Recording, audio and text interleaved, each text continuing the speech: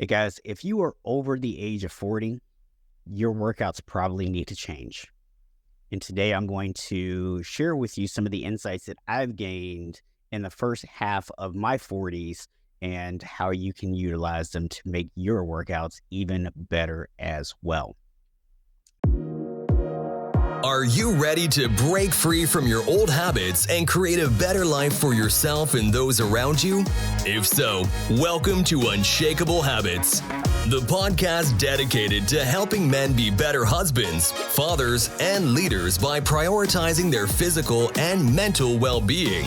Each week, we'll look at health from a 360-degree perspective with inspiring stories and practical strategies for building unshakable habits that'll transform your life. Join Stephen Box, a board-certified health and wellness coach, and let's change the world together, one habit at a time.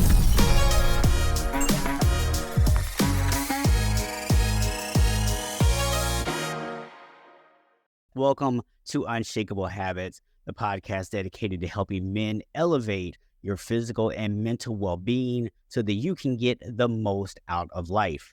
I am your host, Stephen Box, and I am a board-certified health and wellness coach, as well as an elite personal trainer.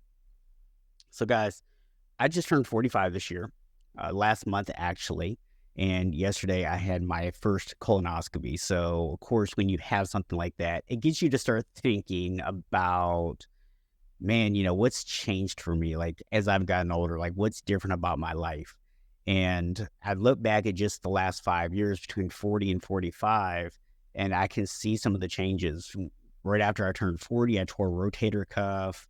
I had never had any big injuries prior to that. And I've had to have LASIK since then because my eyesight was getting worse.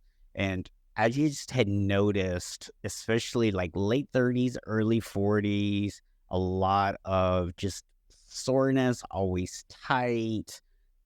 My body would get out of alignment a lot of times very easily. And I felt like I was going in the wrong direction, despite the fact that I was doing all the things I thought I was supposed to be doing with my workouts. So, in reflecting back on it, I want to talk to you guys quickly today about some of the mistakes that I was making and what some of the changes that I've made are. And then at the end here, I'm going to kind of give you my recommendation for what things might look like for you going forward with your workouts. So, the first thing is the mistakes that I was making. So just so you guys have some context for this, I have not really been the kind of person who's worked out my entire life. Now, I was always very active. I played sports, and even up into, high school and college, I was still pretty active. But in terms of things like strength training, spending a lot of time in the gym, the only time I really did that for the most part was when I played football in high school, and they had us in the weight room for that. But for the most part, it's never really been a big thing for me. I've occasionally picked up some weights. It wasn't until my early 30s, probably around like 32, 33, that I started to get more into it, start really doing more focused exercise. And this was around the time that I lost my 80 pounds. So that was a big part of it. So naturally, like a lot of you guys probably, I continued to follow the things that had worked for me previously, but the reality is they weren't working for me anymore. They were actually causing more problems than they were good. And a couple of things that I realized in hindsight. Number one, I was focusing too much on individual body parts. Number two, I was not warming up properly. Number three, there was really no kind of flexibility training in my routines. So those were, to me, the three big mistakes. And I guess technically you could also add a number four, is I was not getting enough cardiovascular conditioning in, because quite frankly, I hate cardio, especially if it's just running on a treadmill or something like that. So let's talk about what's changed. What have I actually started doing differently? Well, for one, my warm-ups now look a lot different than what they used to. My average warm-up time used to be about 5 minutes on the bike or on the treadmill, just to kind of get the blood pumping a little bit. and maybe a couple of warm-up sets at a lighter weight. And that was it. So like we're talking maybe 7 minutes total versus now my warm-ups are like 15 to 20 minutes. And I'll touch more on that here in just a little bit.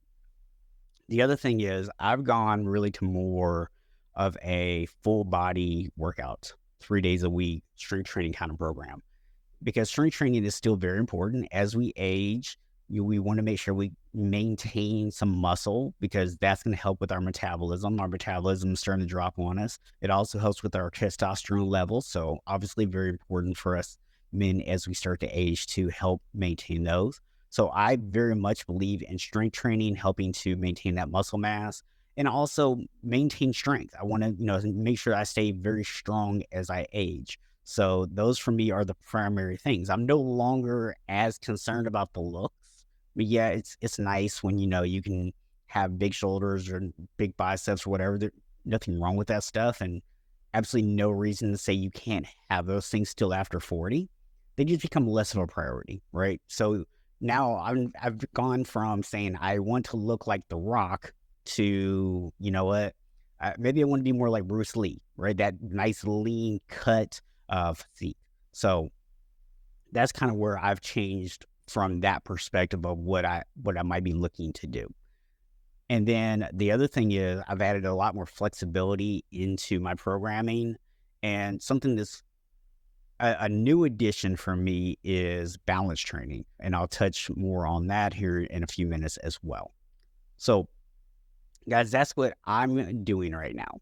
So let's kind of break this down, and this also is going to kind of serve as the what you can do process, because I'm going to break down for you what every part of my routine actually looks like. So let's start with the warm-ups. So like I said, warm-up used to be like 5 minutes on the treadmill and then a couple of reps at a lighter weight of my primary exercise. And that was it. Excuse me, guys. So now my warm-ups they still start about the same. But one thing that I've definitely learned is that if you're going to warm up with some kind of cardio, whether that's the treadmill or whatever, just like walking or whatever you're going to do, the thing is you have to work just hard enough to break a sweat. If you don't break a sweat in that 5-minute period, you might need to work a little bit harder on your warm-ups because you're not properly getting your body ready. Okay, I know a lot of times it's easy just to kind of go through the motions. I did it. I'm guilty of it. So I'm not judging anybody if you do too. But we really do need to break a sweat during that 5 minutes, guys. And so I start with that, and then I do, a few minutes of some foam rolling and really kind of getting those muscles ready to go. And then I move into some dynamic movement type stuff and really get those muscle fibers ready to go. I want to get them firing, get them actually ready for movement. And then if I have some overly tight muscles, like maybe I've been sitting all day, so my hip flexors have gotten, really tight or whatever, or maybe my hamstrings are really tight that day, whatever, I'll do some stretches on the specific muscles that are tight. Just some short, like 30 to 60-second holds on those muscles, and that's it. So in total, that takes about 15 to 20 minutes for me to do. And sometimes if I'm a little bit more pressed for time, I do practice some yoga stuff too. I have a strength training yoga program without all the spiritual woo-woo stuff. And I like doing those. They have some 10-minute routines that you can use for warm-ups or cool-downs for your workouts. And so if I'm a little shorter on time, maybe I'll incorporate those. I still do the general warm-up first, and then I do those. And then that kind of counts really as your dynamic movements because you're doing a lot of strength-based yoga poses. It's also got some flexibility in there as well. And then maybe if I still need it, I'll do a little bit of foam rolling with that. So again, 15 to 20 minutes for my warm-up. And then I like to also have a 10-minute cool-down period where I'm stretching those muscles back out. So I'm doing the math for you here. So right now I'm already at about 25 to 30 minutes just on my warm up and my cool down. So already you can see this is a massive difference, because I used to do 45 to an hour long workouts of just the strength training with this like 7-minute warm up. And now I'm including the cool down. I'm getting 25 to 30 minutes of just warm up and cool down time. And so that means I've had to cut back on the workouts themselves. And so now I get about 30 minutes, which is why I like focusing on those full body workouts, because now I can just kind of hit each muscle group. And over the course of 3 workouts per week, I'm able to hit them from multiple angles and really kind of get that full spectrum of work into each muscle group. So those are the main things that have changed with that. Also, I've found that I need to include more cardiovascular conditioning. And so at least 2-3 times a week, I will take out the time to, do some stuff that might be, and this might be something I even do daily to an extent, depending on the time of year. I'll get outside and go for a walk. And so, that might count as my cardio for the day. A couple of times a week, I like to get on the heavy bag, do some boxing type stuff. Now that we're getting into the colder months again, I'm going to probably start going to the gym, reincorporate swimming back into my routine. So some kind of cardiovascular thing. And I don't so much mind cardio. It's really like the whole like getting on the treadmill and just sitting there kind of thing that's just boring to me. So I don't know about you guys, but make it fun, right? Go play a sport, go hop in a pool, go get on the heavy bag, right? Do something that's actually fun for your cardiovascular health. But you definitely want to include some cardiovascular conditioning into your routine every day if you can. But if not, at least, a few days a week, make sure you're getting some cardiovascular conditioning in as well. The other thing is flexibility. Like I said, I started doing a strength training yoga program, and I really enjoy that because it is helping me to get stronger, especially it works a lot of those little tiny muscles that maybe I miss in those full body workouts. And so it's really giving me the opportunity to really strengthen those and really get that joint strength a lot stronger. It's improving my core strength. It's doing all of those things that are very important to do. And so I do the yoga usually on my non-workout days, and then on my workout days, like I said, I might include them as part of my warm-up or my cool down, and then maybe like a little bit of flexibility at night before bed just to kind of loosen everything up. So that's been a big thing. Another really huge change for me, and I feel like this is something that's so important that people don't talk enough about, is I try to include about 2 to 3 minutes every day of some kind of balance training into my routine. And when you talk about balance training, if you're in your 40s, you probably don't think you need balance training, right? Your balance is probably fine. But as you age, balance becomes such an issue. And especially once we start getting into our 50s or 60s or 70s, our chances of falling and injuring ourselves are so high. And when that happens, a lot of times you see in older people, a fall just leads to multiple issues after that. And then, they end up basically dying because of a fall. I mean, it wasn't the direct cause of it, but it led to all the other stuff that did cause it. And so rather than waiting until you start to lose your balance, start doing it now. It's literally a 2 to 3 minute investment of your day, and you can start to build up your balance. And it's going to help you now too, because what you're going to find is when your body's balanced, when you're doing all these things that I'm saying, and your body is more balanced, you're going to notice less aches and pains. You're going to notice less soreness. You're going to notice less tightness because you're consistently doing all these things that you need to be doing. And so, again, you only really need about 30 to 60 minutes a day for this. Now, I realize that some of you, maybe you don't have 30 to 60 minutes a day right now. So start where you are, right? Start with 10 minutes. And if you only have 10, 15 minutes to be able to do, I would focus probably more on the strength training type stuff. And, obviously you're not going to have as much of a warm-up period. So just make sure that you're not going too heavy on the weights. You want to go lighter weights, higher reps type stuff. That way you're not straining your muscles. And then try to add time to it, right? Make sure that you're adding that in there. Make sure you're getting some cardio And on those days that you're not doing strength training, try to incorporate some flexibility. But again, even if you only have 10 minutes a day, you can do something. Are you going to get fantastic results from it? Probably not. But there is a study that the company I have one of my certifications through, Precision Nutrition, they did I say a study, but really what they did was they looked at their own data from clients that they had coached in their program.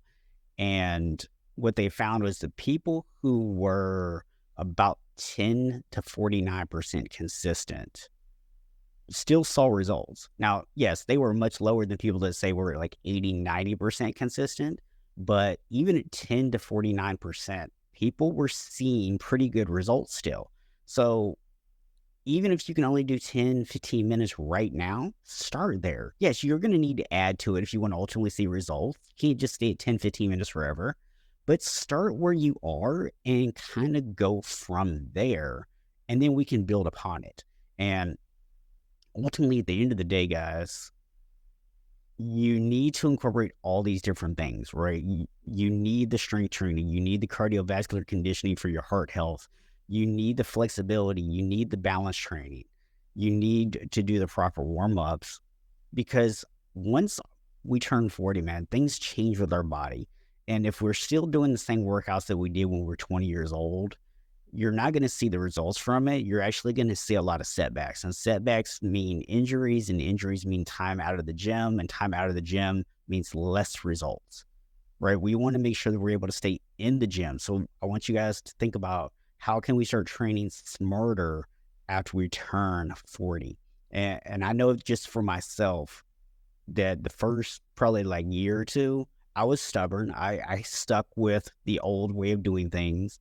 And then finally I said, you know what, enough of this. I gotta change some stuff.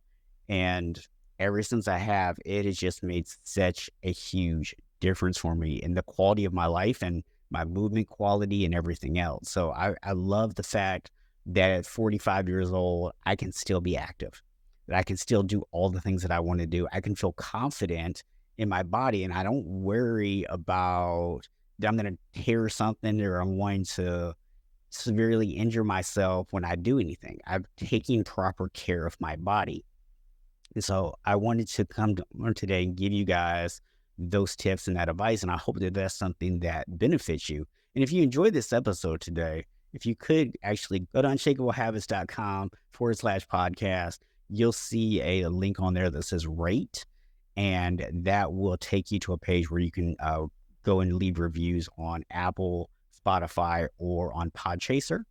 And I'd really appreciate it if you guys would just take out a minute to do that, because one of the first things that people do when they start looking for a new podcast is they look at those reviews. And if all of this stuff that I gave you today sounds overwhelming, you're like, hey, look, this sounds good, I have no idea how to do it.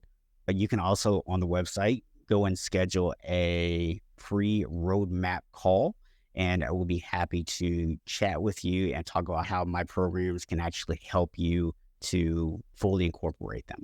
So with that, guys, that is it for this week. But I want to, of course, remind you, as always, that while none of us are born unshakable, we can all become unshakable.